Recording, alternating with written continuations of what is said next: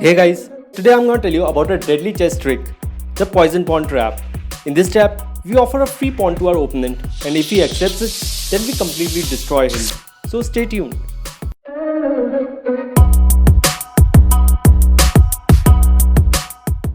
Now this trap has two variations. Make sure you watch both of them in order to execute this successfully.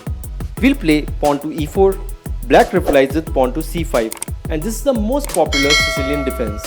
After this, we'll push our pawn to d4, black will play d6, and then we'll push it to d5. Now black's queen has an open diagonal, so he will move it to square a5 and attack along the queen side. Now we'll block this check with our bishop and attack black's queen at the same time. So black will move his queen to b6 and attack b2 pawn. But instead of saving it, we'll offer this free pawn to black. This is the poison pawn. We'll move our knight to c3. If black captures this pawn, then he's dead. Let's see how. We'll move our rook to square b1. Black's queen has only one square to go to, the a3 square. After this, we'll play an awesome move, knight to b5. Now white's queen cannot go along this. Also, white queen cannot go on square b4 or a5 because of the bishop. Also, black cannot go to square a6 because in the next move, we'll move our knight to square c7 and fork black's king and queen. So black's queen has only two options. Either he can move his queen to a4 or capture a pawn on a2. If he captures a pawn on a2, then we'll push our rook to square a1 and attack the queen. He'll move his queen to b2 and then the showstopper move, bishop to c3, and black's queen is gone. He will have to capture this rook and we'll capture it back with our bishop, and we're already a queen up.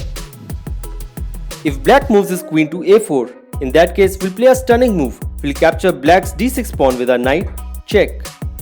If black captures it back, then the showstopper move, bishop to b5, forking black's king and queen.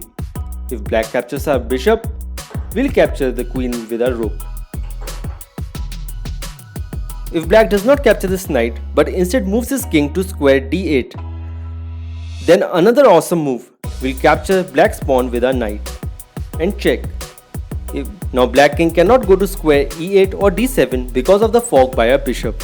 So he'll move his king to square c7. Then we'll push our bishop to square f4, check.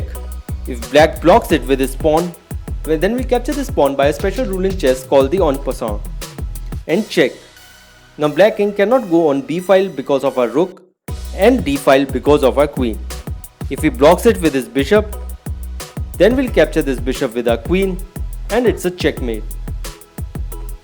If instead black moves his king to square c6, then we'll move our knight to square d8 and again it's a checkmate. So guys, this was the deadly poison pawn trap. If you liked the video, please hit the like button and do subscribe to Chess VITA.